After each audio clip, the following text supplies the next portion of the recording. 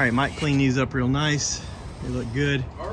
I took the grinder to those fenders to clean out some of that rust that was around the corners.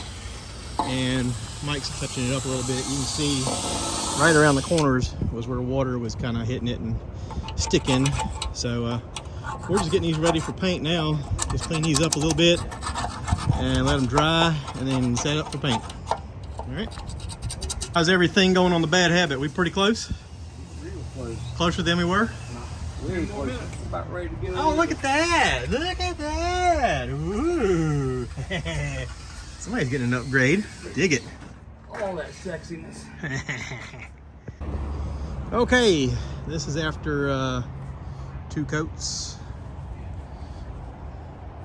Just gonna let this dry out here in the sunshine. It's nice and sunny. This I just cleaned up with some Purple Power. But yeah, just gonna let this dry. So everything is functional now and working. Hooray! That's one win. For the whole team. Why'd you pull your vents? So you can take the dash off. Take the dash out. Mine have had a few coats of paint. Probably ready to flip these over and paint the other side. I'll show you what I'm doing in here. I've got the screws and washers and bolts were a little dirty, a little rusty. So I'm cleaning them up with the wire brush on this. To do that though, I'm having to hold these in the needle nose and then just turn them as I go.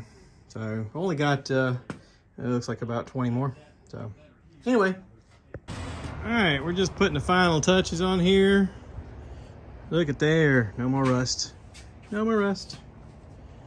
No more rust. Hooray. No more rust. All 4 corners are taken care of now. And we're just buttoning up the last bit in here with a sheet metal screw. So, we're gonna call this done. It's a good day. It's a good day, Tater.